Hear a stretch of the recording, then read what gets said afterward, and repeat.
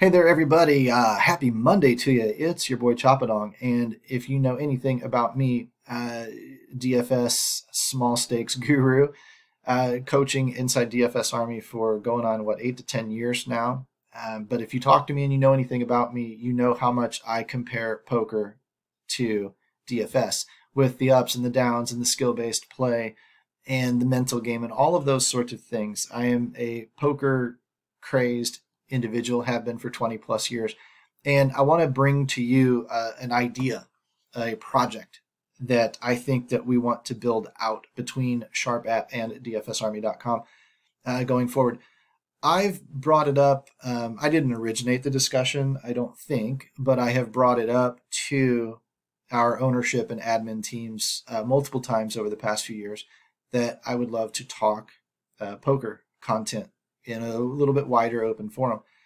And kind of talking back and forth about that, I have felt that with sports betting building out and with DFS being established and talking about building into the poker community, you are not very far away from one-stop shopping, complete gambler's lifestyle content, casino reviews, travel tips, earning comps in casinos, minimizing your edge in blackjack with systematic play, craps, roulette, table games, ultimate Texas Hold'em 3 card, but whatever table games you like to baccarat, whatever games you like to play.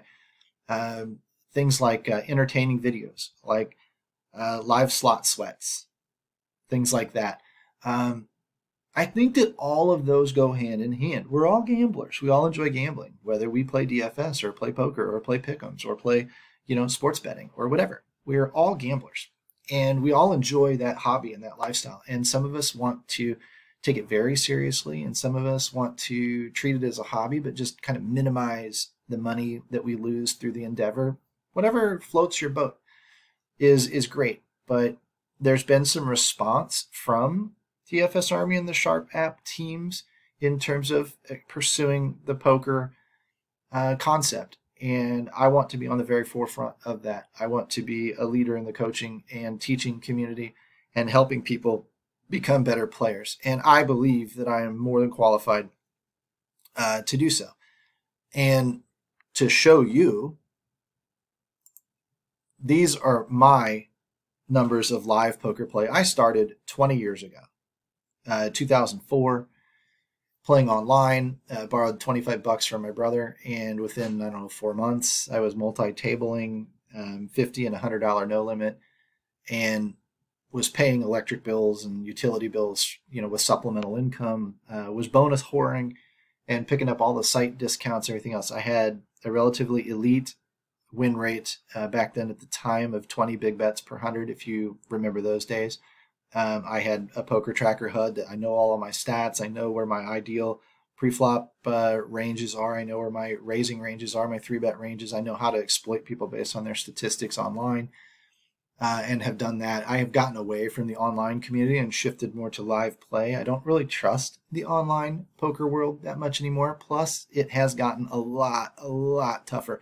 Gone are the days in 2004 or 5 when you could sit on party poker and just pick up something like Queen 10 offsuit and flop the queen and bet pot on the flop, bet pot on the turn, shove river, and some guy calls you a Queen 8 because he doesn't know any better. It's like DFS, man. I mean, it's gone are the days where people are accidentally stacking their defense against their opposing quarterback. Those days are over.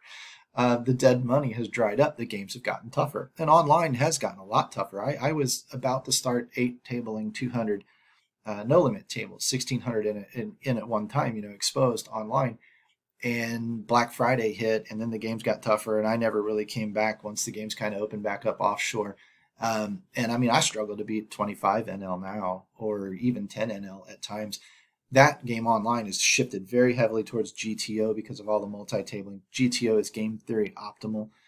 There are 2 types of poker styles. We'll get into this in our first podcast down the road, but GTO, game theory optimal, is very balanced back and forth. You do different, partial betting strategies. A third of the time you do this with Jack 8 suited. 2/3 of the time you do this on that board texture because it balances you out. um, all those fancier concepts. But when you're multi-tabling and you're playing a bunch of robots and a bunch of people that you don't know and you don't have reads on, GTO is the way to go. It's a very optimal strategy. It is computer and basically algorithm tested, and it's outside of maybe a couple of people in the entire world, it's unbeatable as a strategy. Where you screw up, like at a blackjack table, is when you get away from the optimal system. When you get away from the optimal system and you're sitting on, you know, I don't know, 16 and the dealer is showing a 20 and you don't hit, you effed up and you just hurt your edge. You just allowed the house to have a little more edge over you, because the correct play mathematically is to hit on the damn 16. The point is, GTO in poker is optimal strategy. Any deviation from it is less optimal over time. However, exploitative poker strategy is knowing your opponent and knowing what he does too much and using it against him.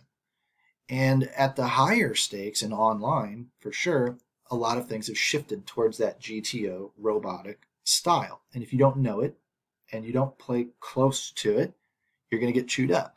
I don't know it. I don't play close to it. I mean, I know of it. I know the basics, but I don't know it very well. I haven't studied all the charts. I haven't studied all of the partial betting strategies and all the complicated, complex mathematical stuff to get good at it.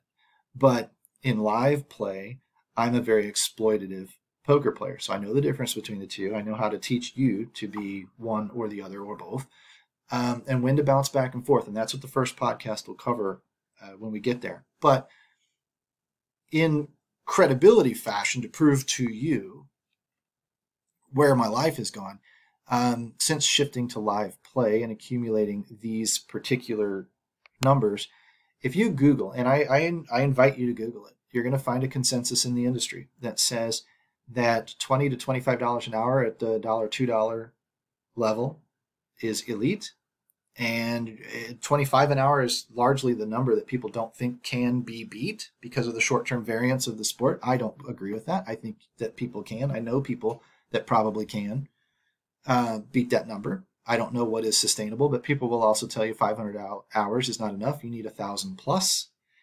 And they will tell you that 500 gives you an idea. I mean, if you're crushing the game at an elite level, you're probably a solid winning player regardless. You might be a little better than this or a little bit worse than this. Who knows where your actual win rate's going to shake out in the next 500 hours. But for now, I think you can rely confidently on the fact that you crushed the game.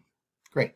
They will also tell you in terms of big bets per hour, down here at the very bottom, big bets per hour, 10 to 12 is elite. And you can see I'm up the upper end of both. I can teach you how to beat this game. I can teach you how to play this game correctly. That said, I'm coming off, this number is suppressed for me. I am coming off a very flat stretch for about 4 to 5 months. About 180 of those hours, those 500 hours, was flat. This was variance. This was a horrible run in my career, in my lifetime, whatever, that frustrated me like it does you DFS players and sports bettors when you guys go on cold stretches.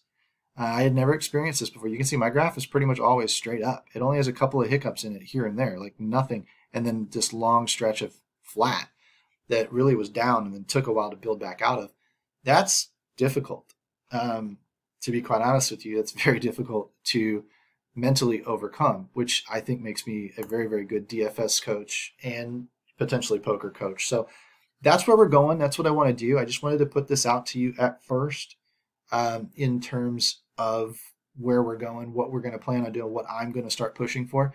Right now, the Sharp app Poker Room in their Discord is free.